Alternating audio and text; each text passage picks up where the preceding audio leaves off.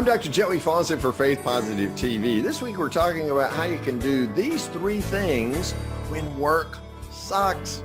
Our scripture passage for the week is Exodus 14:14 from the Amplified Version.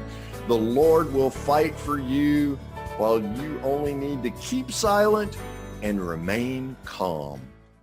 So what do you do when work sucks? When adversity chases you down and catches you at work, your back's against the wall? Pick a wall, any wall, they're equally hard, right? You're overworked, underpaid, laid off, you're trapped, pinned, no escape in sight. How do you react? Do you freak out? Do you get anxious? Do you start screaming, God, I don't deserve this. Why are you doing this to me? Well, that's exactly what the Hebrews did following their deliverance from Egypt when Pharaoh reversed course and chased them, intent to bring them back as his free slave labor.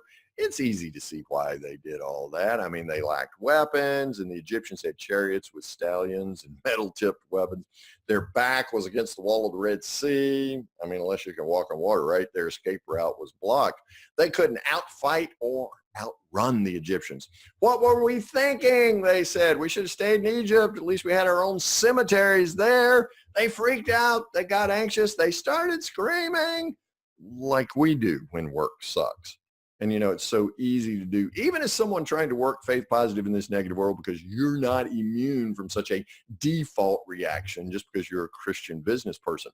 Working in this world sets your default lens to focus on the problem in the foreground and God in the background, right? So you see this blurred creator in the distance while you're zooming in with great clarity on the today and tomorrow anxieties of worst case outcomes. You freak out, you get anxious, you start screaming.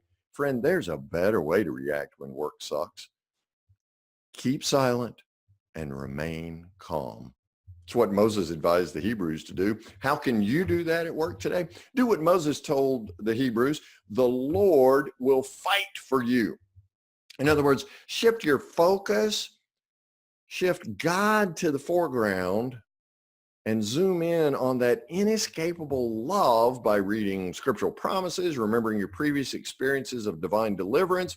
God rescued you before from adversity that you shift into the background. God will do it again.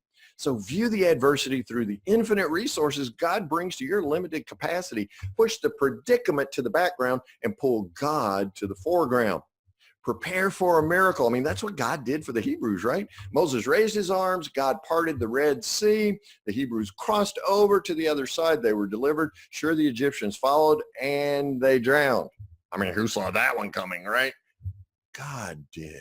The same God who fights for you when work sucks. Well, since freaking out, getting anxious, and screaming only produce more of the same, today when workplace adversity attacks you, keep silent and remain calm and know God is on the job with you, even when work sucks.